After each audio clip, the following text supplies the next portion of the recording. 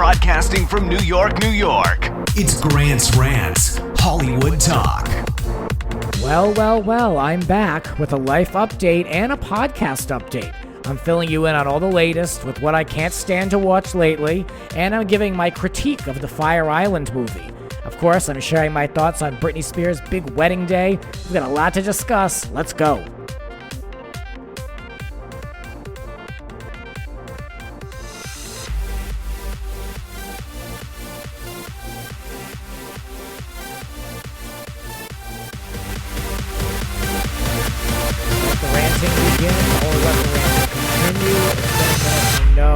I feel tremendous guilt about it. I know I usually have a co-host on with me each week. This time it's just going to be me. I feel like I have to get caught up with you guys. I do. I feel guilt that I haven't done an episode. I have really found other things that I have been working on. I'll update you on my life. But bottom line is I stopped watching Housewives and I stopped watching so much television because I had so much to take care of that I really wasn't motivated to talk about much. I didn't really have the strong opinions that I usually have because I've just kind of been trying to maintain. I mean, haven't we all? And, the show is going to be turning 7 in August. And, I've been very consistent except for like the last year. And, I do feel bad about that. But I mean, the last 7 years, just think about it. Everyone's had something come up. So, ultimately, all pretty good things. I'm still in New York for the time being. I am, however, moving yet again. I got priced out of my last apartment. A lot of people did. There was a tremendous increase. And now I moved to another apartment that is, not great. You can probably hear all the noise outside the window as I'm recording this, despite my best efforts. I am trying to get to the next level in life, aren't we all? I've completely kind of redid everything and have taken new stock and everything in my life. I left HBO, which there's like no hard feelings at all. I put my hat in the ring for a job at Wondery, which is an Amazon company, and they produce podcasts. And I just figured this is a job I can do. Let me see. And I went for it, and I got it. So that's changed. With that comes an apartment change. And, I love the summer, so I was able to get a share in Fire Island. So that's been pretty nice to get out of here. I realize more than ever, I really need to be near the water. I need to be near some form of water. I need to simplify in my life. I've been going to therapy. I need peace. And I really am not getting any of that in my current scenario. So a lot is developing. What can I say? So that's what I've been doing. I've been doing the gym, trying to get mentally fit and physically fit, and feeling good about that. So that's where I've been directing my energy. And I honestly just want to be honest with everyone. I've been also trying to be a little more positive. Coming on here and screaming about what a clown Andy Cohen is, it's not the best energy to be carting around. And I still have my opinions on him. I think he's absolutely more foolish than ever. He did some interview with Jeff Lewis Live. He didn't even answer any questions. He knows how to play the PR game, He just drives me crazy. But he's on a long list of people that drive me crazy, as you know. I'm still, however, looking at The View. It actually is up on the computer next to me on pause. I don't know why I'm looking at this. But that show remains as awful as ever. Now, I'm going to have to do something I told myself I would not do. And that is to start paying for Peacock. And as you know, I am a former NBC employee. I was done the dirty by them, meaning I built out a successful project that won awards and was let go because of budgets and other stupidity. So I've been definitely still a little bitter about it, even though I've so moved on and I realized how underpaid I was in that position for all that I was doing, hindsight 2020.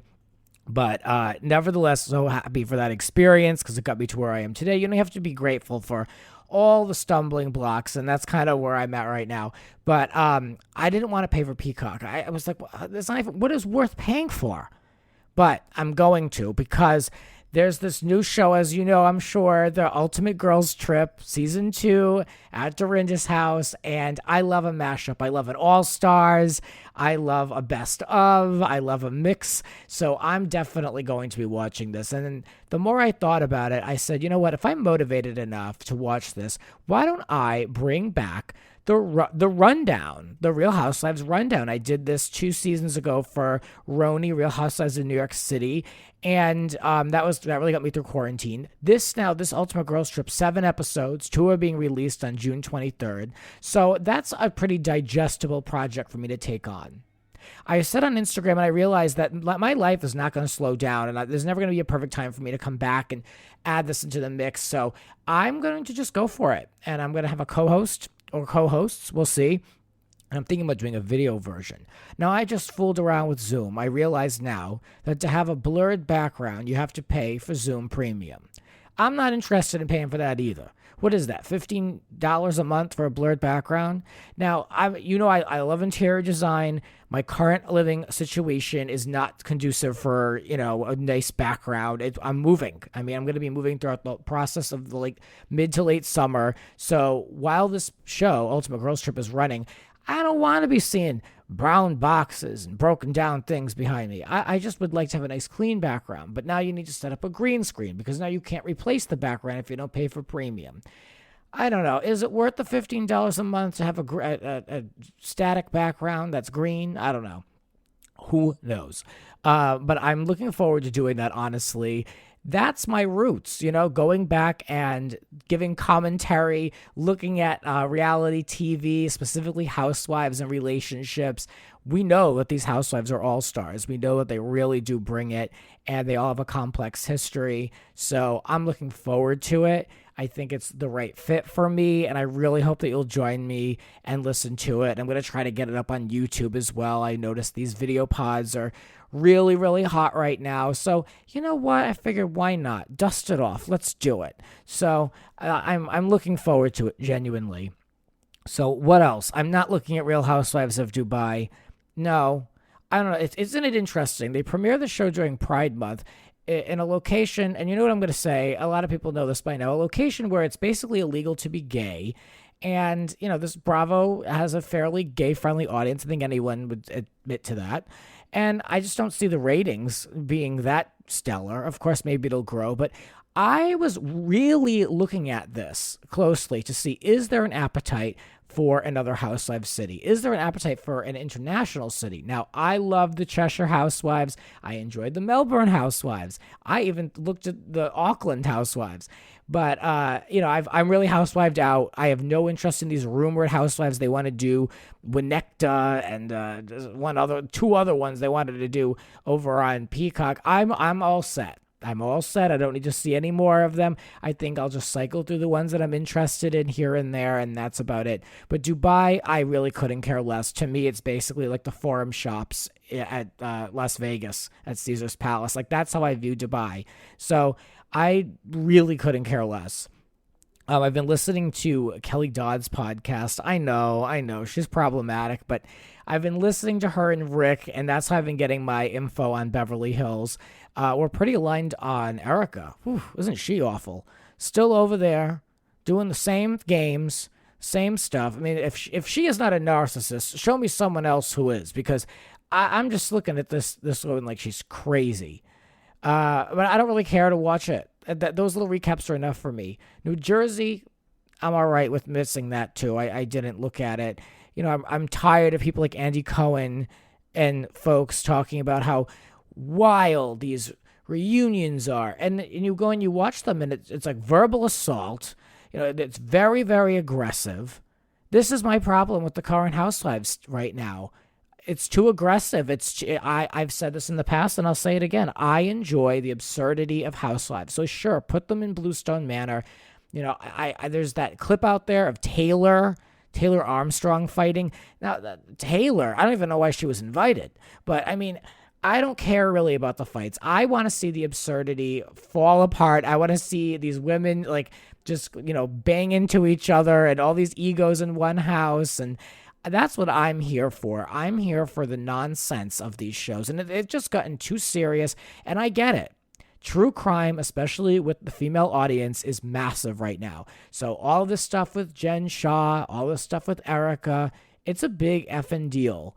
And it provides for a lot of clicks, a lot of Twitter interactions. I totally get it. And that's fine, but also, like, are we celebrating criminals? I don't know. Are we celebrating women being pitted against each other? One could argue yes. So I'm just saying, I enjoy them for what they are, but from a little bit of afar these days. And I'm okay with that. I'm growing, and I never wanted to fall out of love with it because this is like bread and butter for this podcast, but tastes change, you know what I mean? And I like to look at it from afar, and I knew I wasn't going to be watching them forever. So I just don't need any more. I don't need any more new cities. I'm not interested. Let's take a little bit of a turn here at this 10-minute and change mark and talk about Hulu's Fire Island, the Fire Island film. I saw the movie 2 times. One actually in Fire Island at my share house with the housemates, and I was so tired. I wasn't drunk. I was tired. And so I was kind of nodding off. So because of that, I had to go back and watch it a second time. And I actually did enjoy it more the second time. I didn't enjoy the concept of this movie at first. They were filming this at the end of the season last year, and I was really annoyed because they were closing things down around Fire Island to film the movie. And there's only a handful of things to do on the island. It is a beach, after all. And I was like, don't cut into my season. It's expensive to come here. So selfishly, I wasn't too interested. The cast didn't really interest me. I can't say I'm like a massive fan of anyone on there, but I will give them their credit where it's due. I'll give you a little bit of a review. If this was a news article or a review in print, the title of my review would be Fire Island. Bowen Yang pouts in a tank top for an hour and 45 minutes. I mean, that's really my takeaway from this film. It was a lot of that. I don't know what else to say. It was trying to be a rom-com, and it was in many different ways. I got to give credit to Joel Kim Booster, who created and wrote it and, basically starred in it, was in almost every scene. Just to get a film made is so hard. It's so hard to get the funding for these types of things, to get a studio to believe in you, to actually not only make it, but to make it during a pandemic. It's a lot. I mean, these studios, they all took hits during COVID, and, this was still something that was made. However, it's disappointing to me that these films are still not released in theaters. When it's released on Hulu, and I'm not saying this in a shady way, but when it's released on Hulu, is that like the equivalent to like a direct-to-DVD release? Because it's not in the theaters. So it's really kind of a shame, because I do believe there's an audience for this. Especially, a lot of straight women are really into gay content. And, it's a mix of people who, when you go to a drag show now, I mean, there's just such a mix in the audience. So I think that this one should have been released in a theater. I think it would have been a really groundbreaking moment for LGBT films, really, if they did that. But it's just a great thing that it got made. The good things are it was well shot. I really enjoyed that closing shot with the sunset. I thought it was well put together. It didn't look cheap. I thought it was going to look cheap. I really did at first. I was like, what is this? Because we're used to, as, a queer audience, getting a very low-end, low-budget series, reality show, digital series. And so I was like, I don't know. They're going to really put money behind this. But they did, and it looked pretty well done to me. However, from a story perspective, I think it lacked smaller plots. I think there could have been a through line throughout there. They had an ensemble cast that they really didn't use. Again, it was a lot of Bowen Yang pouting, and I really didn't need all that. It was, I will say, as someone who goes to Fire Island, I wouldn't say often, but I enjoy it enough. I will say it's not all sex. I enjoy it. I mean, that's not why I'm going. I'm going there to relax 90% of the time. Of course, I'm there to have a good time, but, I'm there mainly to relax. And this was obviously they were leaning into the rom-com aspect of it. But one thing they did get right is that time does pass differently there, and there is a magic quality to it. And I think that's really worth pointing out. Like, time is just such a construct there, and I'm trying to work from there, and it is just those two things do not mesh. I mean, it's like trying to take a Zoom meeting in Disneyland. I mean, it's difficult. It's really a unique place, but I really hope the film doesn't make a lot of people flock to Fire Island. I really hope not, because it's such a quiet, private place, and I think the way that it's laid out, where there's no Holiday Inn there, there's no hotel chains, there's none of that. So you really have to kind of know someone or pay up the ass to get an apartment or a house, or not even an apartment, like a room. I mean, it is expensive.